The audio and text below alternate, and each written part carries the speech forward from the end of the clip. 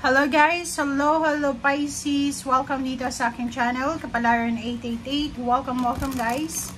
Alamin natin kung anong messages, vibration, gabay energy para sa lahat ng Pisces. Ito ay general reading, so bi-weekly tayo. Tingnan natin kung ano yung mensahe sa'yo ng baraha. From March 1 hanggang 15 of 2025. Para to sa lahat ng Pisces. I hope na makuha mo yung energy. Pisces. Maraming salamat sa patuloy na panunood, sa pagsuporta sa aking channel, Pisces. Okay, bittersweet. Bakit ganon? Tingnan natin.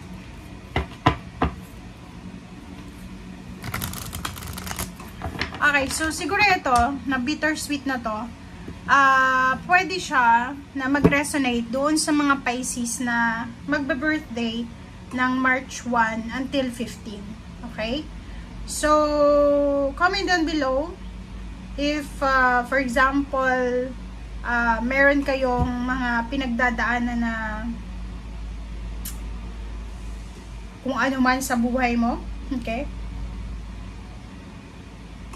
Or parang nakikita ko sir dito medyo mixed emotion ka from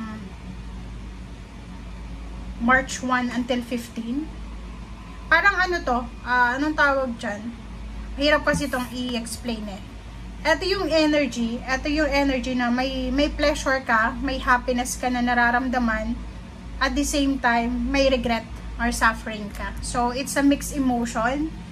Mixed energy siya na posibleng makaresonate dito yung mga Pisces na magba-birthday ng March 1 until 15. So, nakikita ko siguro masaya ka, at the same time malungkot ka, or masaya ka at the same time meron kang inaalala. Okay? So, paki-comment sa comment section if you're resonated Pisces na magba-birthday ng March 1 hanggang 15. Siguro yung iba na magba-birthday from March 16 onwards, hindi kayo makaka-resonate dyan. Parang mayroon kang konting nararamdaman na saya, tapos hindi buo yung saya kasi meron kang inaalala.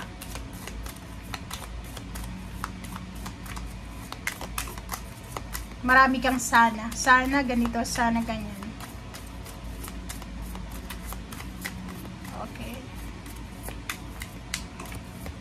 Pisces, tingnan natin yung second deck mo kung ano yung message na gustong ipahiwatig sa'yo.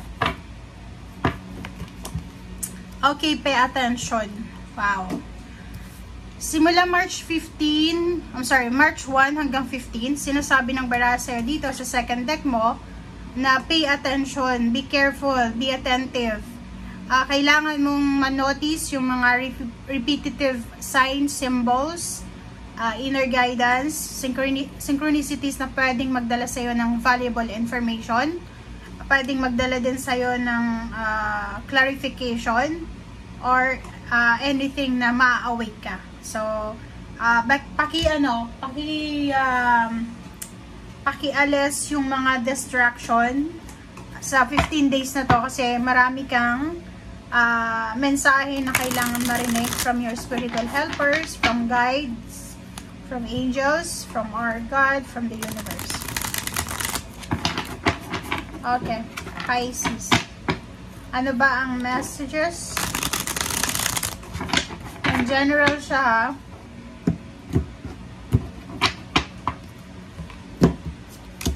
Okay, first card natin, Pisces, is the Lovers. Second is Ten of Pentacles. Next is Three of Pentacles. Next is Two of Swords. Okay. Pisces, sa first four cards mo na to, sinasabi ng baraha sa'yo na sa usaping relationship, wala ka namang issue, wala ka namang kumbaga pinagdadaanan na hindi maganda sa relationship. Doon naman sa mga Pisces na nagbabala kayo na magnegosyo, yung marami kayong mga iniisip na paraan para kumita ng pera. Marami kayong ideas, new ideas, or pwedeng old ideas na to. na gusto yung isakatuparan siya. So, nakikita ko sa'yo dito na siguro sa ngayon, for the first 15 days of March, hindi ka pa masyadong sigurado kasi mayroong Two of Swords eh. Parang kahit pinipresent na sa'yo ng universe yung idea na to, yung mindset na to, yung energy na to, hindi ka pa rin makapag-desisyon. But, ang pinaka-possible dito guys, Ten of Pentacles na kung ano man ito na naiisip mo na simulan, gusto mong mag-launch ng business, gusto mong lumipat ng trabaho, gusto mong lumipat ng negosyo, gusto mong lumipat ng lugar, nakikita ko sa'yo dito na dyan sa bago mong purpose, bago mong project, or sa bago mong goal, or bagong direksyon na gusto mong tahakin, dyan mo makukuha yung lump sum of money, dyan mo makukuha yung financial prosperity and abundance, prosperity, balance, stability, and lahat ng tranquility sa usaping financial. So, nakikita ko sir dito na go lang ng go. Wag kang matakot kasi normally yung rason kung bakit yung iba hindi makapag-pursue sa direksyon na gusto nila kasi meron silang takot na nararamdaman. But, in your case, sinasabi sir dito na kung ano man ito na gusto mong simulan, mapanegosyo man yan, source of income, source of resources, go lang ng go kasi nasa tamang direction ka. Okay? Tingnan natin kung ano pa ba. Wait lang guys ha.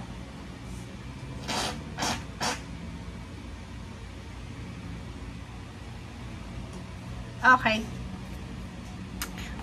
So aside from financial happiness, financial prosperity and abundance, meron ka din na emotional satisfaction. So, emotional satisfaction. Kung ano man ito na gusto mong, yung mga balak mo, like gusto mong lumipat ng bahay, lumipat ng kung ano man, baguhin mo yung lifestyle mo, baguhin mo yung mga routine mo sa everyday life mo, dito sinasabi na magdadala yan sa'yo ng overall happiness, emotional happiness.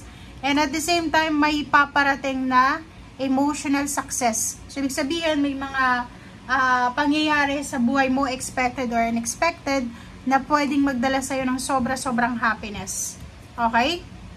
Ace of Torches, so yun. So, nakikita ko sa'yo dito na from March 1 until 15, makakaramdam ka ng sobra-sobrang excitement. Medyo makakaramdam ka din ng sobrang pagka-proud sa sarili mo. Or parang nakikita ko sa'yo dito na marami ka mang pinagdaanan, may mga chances na may nanloko sa'yo, may nang-scam, may nagnakaw ng pera mo, or nagnakaw ng kung anong meron ka, but still, you're surviving, diba? Yung, dito sa message na to, dito sa barahan mong ito, pinapakita sa'yo, Pisces, na napakabuti mong tao, na kahit gawan ka ng masama ng mga tao sa paligid mo, still, nagtatrust ka pa rin sa mga tao, and nakikita ng Panginoon kung gaano kabuti, kalinis yung kalooban mo. So, yung Ace of Torches dito, sinasabi ng barahan na isang exciting na emotional happiness, emotional celebration. Prosperity to sa emosyon and pera. So, nakikita ko yan. Na-deserve mo naman yan. Oh. Diba? Tingnan mo. So, sinasabi sir dito na emotionally, may mga matatagal na kayong hinihintay. It's either new baby, new house, new location, new car, new travel plans, or anything na new na matagal nyo nang hinihintay. Pwedeng 3 years, pwedeng 3 months, pwedeng 2 years, pwedeng 1 year na kayo naghihintay. Ang posibleng darating, and matatanggap mo yung good news na yan from March 1 hanggang March 15. So, yung 3 of Torches dito, sinasabi sa'yo na kung ano man itong blessing na to, na darating sa'yo, deserve mo siya, and at the same time, punong-puno ka ng punong-puno ka ng patience dito kasi parang ilang beses siyang nahang, ilang beses siyang nawala, ilang beses kang na-reject, but still, you're super persistent sa kung ano man talaga ang gusto mo. Okay? So, ang last card mo dito, last 2 cards is Hangman, sa ilalim yung King of Pentacles, na sinasabi sa'yo na from March 1 to 15, sobrang magiging workaholic yung mga Pisces kasi gusto nilang malaki yung kikitain nila sa buwan na to. At the same time, yung ginagawa mo sa ngayon, sacrifices mo, anything na pinagpapaguran mo, puyat, pagod, pawis, ay magre-result siya sa King of Pentacles. So, sinasabi sa'yo, walang masasayang sa sacrifices mo, walang masasayang sa mga ginagawa mo. Okay? Nakaranas ka man ng rejection, nakaranas ka man ng mga setbacks, failures, mistakes, mga scamming, in-scam ka, scheming, pero end of the day, you will survive. End of the day, ikaw pa rin yung successful, ikaw pa rin yung emperor, ikaw pa rin yung may power. Thank you guys. Bye!